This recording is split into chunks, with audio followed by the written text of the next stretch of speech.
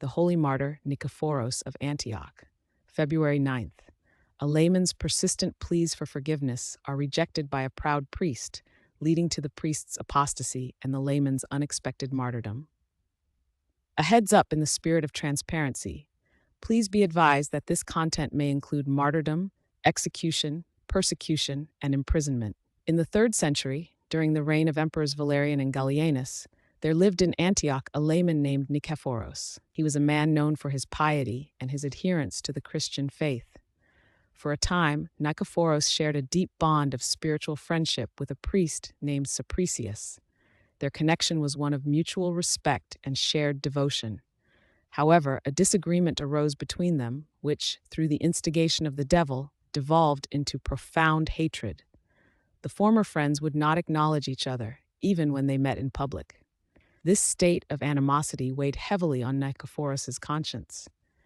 He reflected on the Lord's command concerning forgiveness and reconciliation, particularly the words of the gospel that instruct believers to seek peace with their adversaries before offering their gifts at the altar, Matthew 5:23-24. Troubled by the spiritual danger of an unforgiving heart, Nikephoros resolved to seek reconciliation with Sapricius. His first attempt involved sending mutual friends to Sapricius, asking for forgiveness on his behalf. Nikephoros entreated them to convey his sincere desire for an end to the enmity between them. Yet Sapricius remained unyielding, refusing to accept Nikephoros' overtures.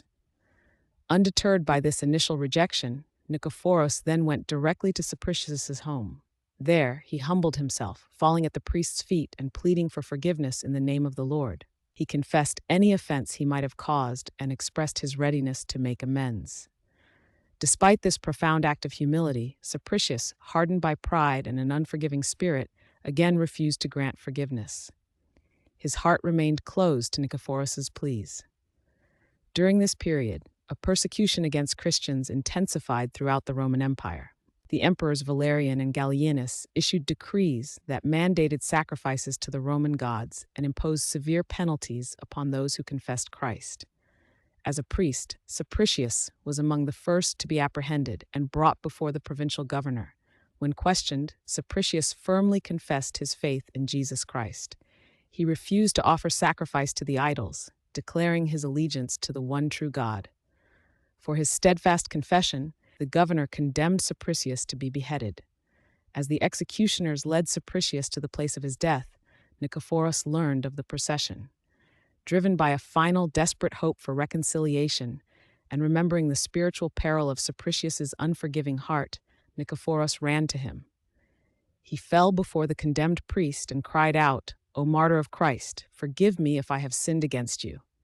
He repeated his plea, hoping that in the face of death, Sapricius' heart might soften.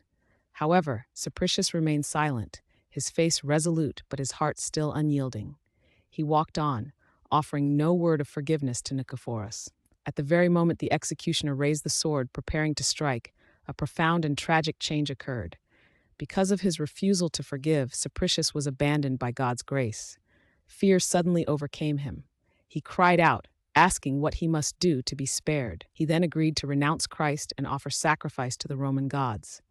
The executioners lowered their swords, astonished by this sudden apostasy. Nikephoros, witnessing this tragic turn of events, was horrified. He understood the gravity of Sapricius' denial and the immense spiritual loss involved.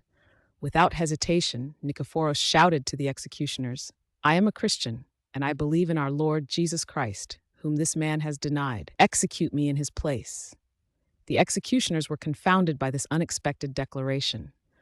They halted the proceedings and sent a messenger to the governor to report what had transpired.